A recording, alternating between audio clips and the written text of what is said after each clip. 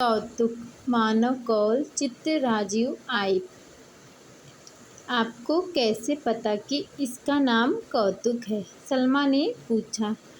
डरी हुई कौतुक को मेरा नाम पता है, इसलिए मुझे भी उसका नाम पता है, अचर ने जवाब दिया। कौतुक अचर को ऐसे देख रही थी मानो उसने कुछ अद्भुत देख लिया हो। कैसी हो कौतुक? अचर ने पूछा। मैं ठीक हूँ।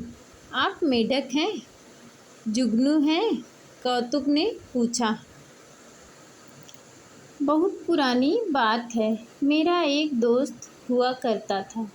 वो कवि था और यहीं आकर बैठता था। उसका नाम भवानी था, भवानी प्रसाद मिश्र। मुझे लगा था कि उसने यह कविता मेरे बारे में लिखी है, पर यह कविता उसने इस किले के बारे में लिखी थी। पर आप यहाँ क्यों रहते हो? कौतुक ने पूछा। और कहाँ रहूँ? गांव में इतने घर हैं। अचर को हंसी आने लगी।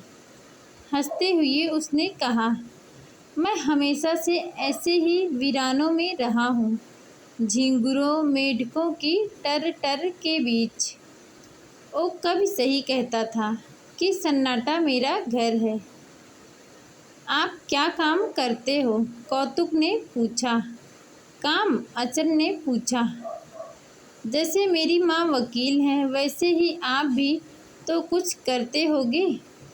काम करने के लिए मैं पैदा नहीं हुआ हूँ। यह तो सबसे बड़ा सवाल है। क्या इस सवाल पर स्कूल में बात होती है? नहीं।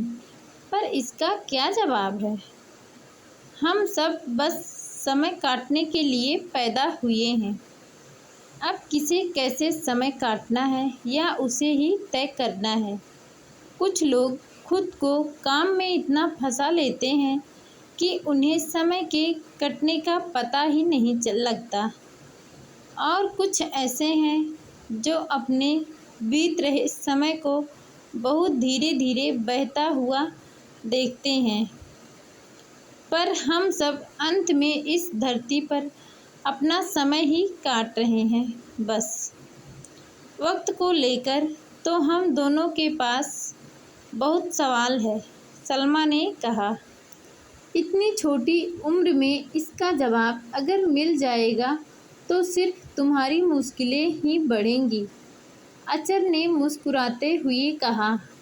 जवाब तो हल करते हैं हर चीज़ को, जवाब मुश्किलें नहीं बढ़ाते, कौतुक ने गंभीर होकर कहा। यह स्कूली बात है, जीवन ऐसा नहीं है, अचर ने कहा। आप गोल गोल बात मत घुमाइए। ये बताइए कि फिर हम किस लिए पैदा हुए हैं? अगर मैं कहूँ कि हमारे पैदा होने के पीछे कोई कारण नहीं है, तो क्या तुम मान लोगी? कौतुक सोचने लगी। उसने सलमा को देखा। वो बड़ी बड़ी आँखों से अचर को ताक रही थी। बहुत सोचकर उसने कहा, मैं नहीं मानूंगी। कोई तो कारण होगा। मेरी माँ कहती हैं कि इस धरती पर हर चीज़ किसी कारण से है, हर हरकत किसी दूसरी हरकत का हिस्सा है। तो हमारा यहाँ होना बेवजह कैसे हो सकता है? यह उम्र है सवाल करने की, जवाब का इंतज़ार करने की। मुझे अच्छा लगा कि तुमने मेरी बात नहीं मानी। जब हमारे यहाँ होने का कोई कारण नहीं है, तो फिर ये स्कूल, ये पढ़ाई हम क्यों करते हैं? कौतुक चुप हो जाना चाहती थी, पर उससे रहा नहीं जा रहा था। उसके सवाल खत्म होने का नाम नहीं ले रहे थे, क्योंकि हमें समझ आए कि हमसे पहले जो आए थे उन्होंने इस दुनिया को कितना समझा था और कितनी गलतियाँ की थी। बस, कौतुक ने हंसप्रभ होकर पूछा। बस?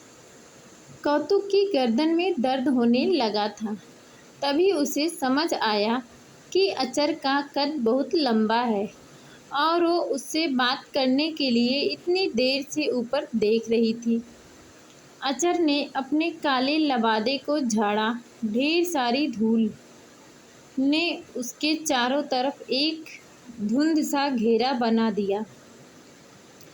सलमा और कौतुक दोनों ने धूल से बचने के लिए अपनी आंखें बंद कर ली थी। जब उन्होंने अपनी आंखें खोली तो अचर किले में उभरी दरार के भीतर जा रहा था। कहाँ जा रहे हो? सलमा ने पूछा।